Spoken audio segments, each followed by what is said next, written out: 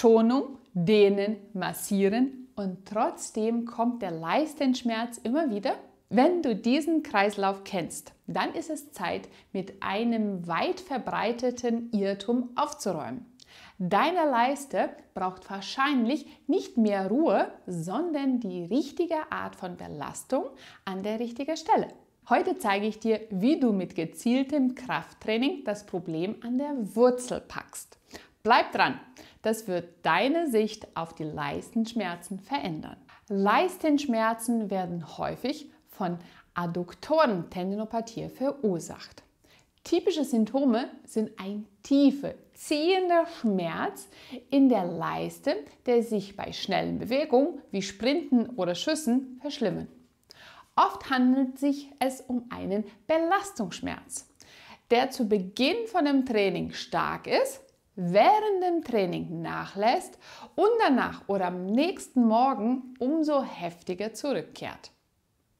Aber was ist denn eine Adduktorentendinopathie überhaupt? Einfach gesagt handelt es sich dabei um eine schmerzhafte Reizung am Sehnenansatz, einer inneren Oberschenkelmuskel, der Adduktoren.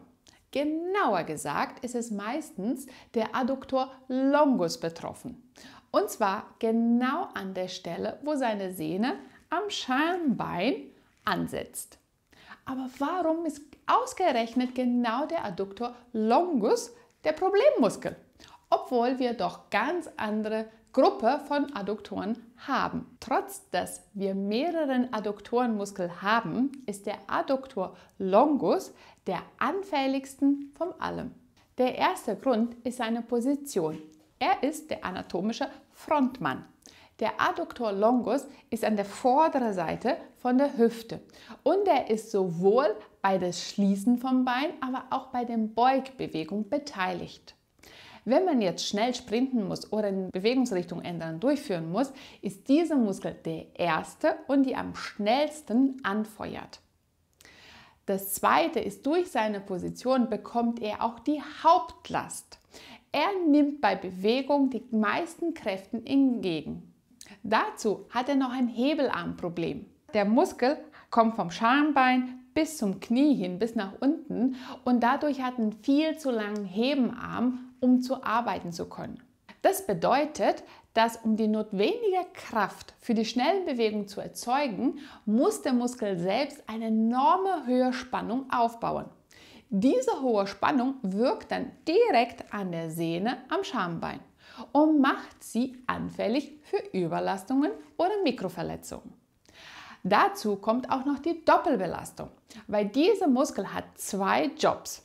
Er macht nicht nur die Adduktion, das Schließen vom Bein, sondern auch eine Hüftbeugung. Und bei ganz vielen Bewegungen im Alltag kommen genau diese Kombi von Bewegungen vor. Adduktion und Flexion. Und nicht zuletzt hat er auch eine sehr wichtige Bremsfunktion. Der gefährlichste Moment für einen Muskel ist oft nicht die Beschleunigung, sondern das Abbremsen von der Bewegung. Das heißt, wenn du kontrolliert dein Bein spreizen willst, weil du zum Beispiel einen Schuss geben willst oder einen Ball stoppen möchtest, dann muss diesen Muskel langsam die Spannung nachlassen, damit du die Bewegung kontrolliert durchführen kannst. Und genau dieses Abbremsen setzt die Sehne unter eine sehr hohe Last, was letztendlich über die Dauer zu Verletzungen führen kann. Die Lösung liegt nicht darin, die Leiste endlos zu schonen, sondern sie gezielt und progressiv wieder stark und belastbar zu machen. Und in diesem Video zeige ich dir deshalb ein effektives Übungsprogramm, das genau auf diesen Ziel ausgerichtet ist. Wir werden deine Adduktoren gezielt stärken, die Sehne wieder an Belastung gewöhnen und deine Leistenschmerzen endlich im Griff zu bekommen. Also, lass uns direkt loslegen mit den Übungen. Diese Übungssequenz, was ich dir jetzt zeige, ist basiert auf einer Studie, die untersucht hat, bei welchen Übungen man am besten und am meisten der Adduktor longus aktivieren kann. Und der ist auch angepasst an der Heilungsphase. Das heißt, du solltest diese Übungen auch in dieser Reihenfolge durchführen. Und zu Beginn solltest du dich erstmal auf dem Rücken hinlegen. Die erste Übung ist eine isometrische, also eine Spannungsübung für den Adduktor. Wie gesagt, dieser Muskel macht sowohl eine Beugung der Hüfte als auch die Beine schließen. Und genau diese Bewegung oder genau diese Einstellung willst du haben, um genau den Adduktor longus zu aktivieren. Dafür solltest du einen Ball nehmen. Deine Hüfte sollten ungefähr 45 Grad gebeugt sein. Deine Füße, die sollen nach vorne gerichtet sein und nicht in einer Drehungsposition. Und jetzt nimmst du entweder einen Ball oder einen Yoga-Block. Es kann auch ein Kissen sein, wobei es hier das nicht Optimale wäre, weil du dann es zu doll zudrücken kannst. Es müsste irgendwas sein, die dir ein bisschen mehr Widerstand geben kann. Und in der Position, die Hüfte in 45 Grad Beugung, Füße nach vorne gerichtet, drückst du den Ball zusammen mit der maximalen Kraft, die du hast. Und halte nun diese Spannung für 10 Sekunden lang. Halte die Spannung, verliere sie nicht und dann lass es wieder los. Und diese Übung solltest du nun für 10 Mal wiederholen. Also 10 Anspannungen, die jeweils 10 Sekunden lang anhalten. Genau durch diese Stelle hast du eine optimale Anspannung, vor allem von dem Adduktor longus. Und das ist unsere erste Übung. Die nächste Übung hat eine zielgerichtete Aktivierung mit einem stärkeren Reiz, aber weiterhin mit einer kontrollierten Last. Die Studie zeigte die höchste Aktivität des Adduktor longus mit einer top isolierten Übung. Also hier wird der Muskel gezielt aktiviert, ohne dass andere Muskeln zu stark eingreifen. Und dafür solltest du dich auf die Seite hinlegen, mit der betroffenen Seite nach unten. Also, du solltest dich jetzt auf der Seite hinlegen, mit der betroffenen Seite nach unten. Die gesunde Seite bringst du jetzt nach vorne, Fuß auf den Boden. Jetzt ist es wichtig, dass die Seite, die du trainieren willst, wo du die Beschwerden auch hast, der Fuß bleibt zeigend nach vorne. Nicht nach oben drehen, weil sonst verlierst du ein bisschen an Effektivität von der Übung, sondern der Fuß bleibt nach vorne und in dieser Position hebst du das Bein nach oben Richtung Decke. Langsam 1, 2, 3, bis du oben bist und dann 1, 2, 3, bis du dann wieder auf dem Boden bist. Bei dieser Übung ist auch diese Zeit ganz wichtig, weil du willst eine langsame und kontrollierte Anspannung haben gegen die Schwerkraft, genauso wie du auch diese Abbremsbewegung auch wieder neu trainieren willst. Mit 3, 2, 1. 12 bis 15 Wiederholungen sollen das werden und das Ganze für 3 Serien. Es ist eine schwierige Übung als die davor, aber trotzdem ist der Reiz auf der Sehne nicht ganz so hoch.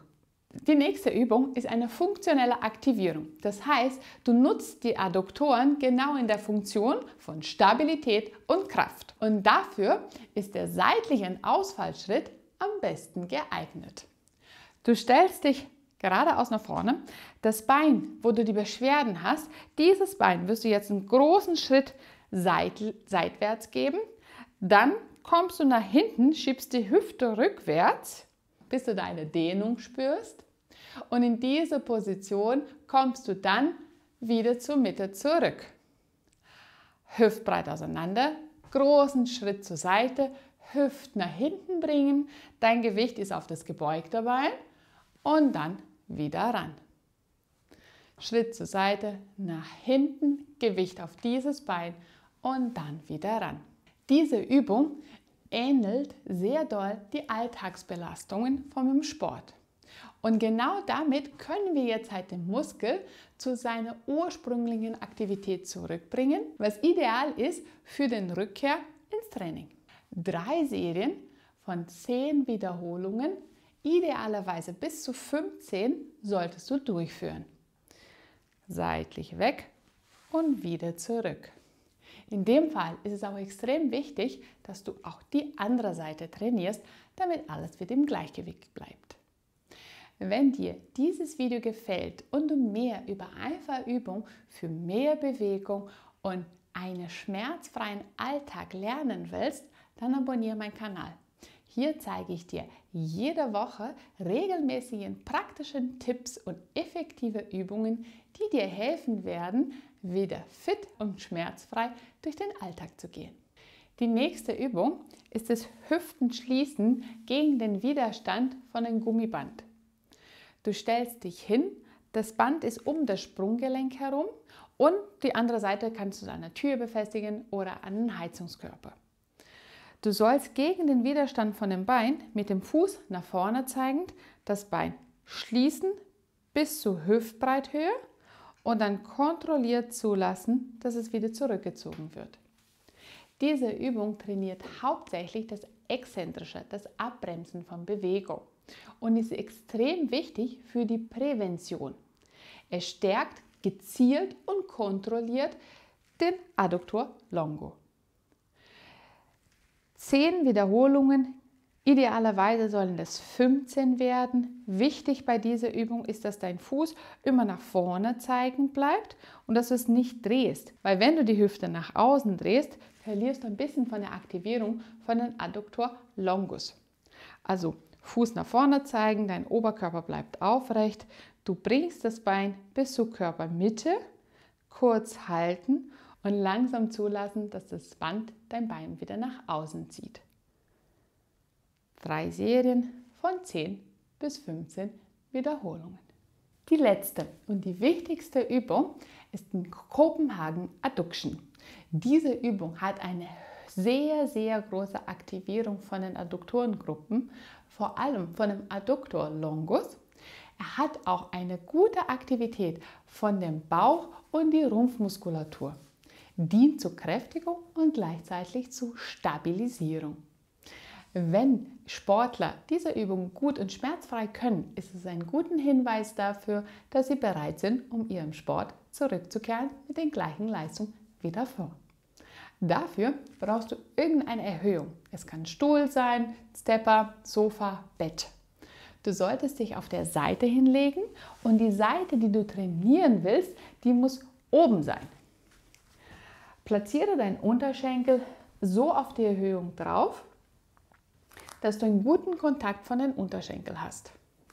Dein Knie soll durchgestreckt sein und in eine Linie vom Sprunggelenk, Knie, Hüfte und Oberkörper. Den Arm stützt du nun unterhalb von der Schulter, dass du in 90 Grad bleibst.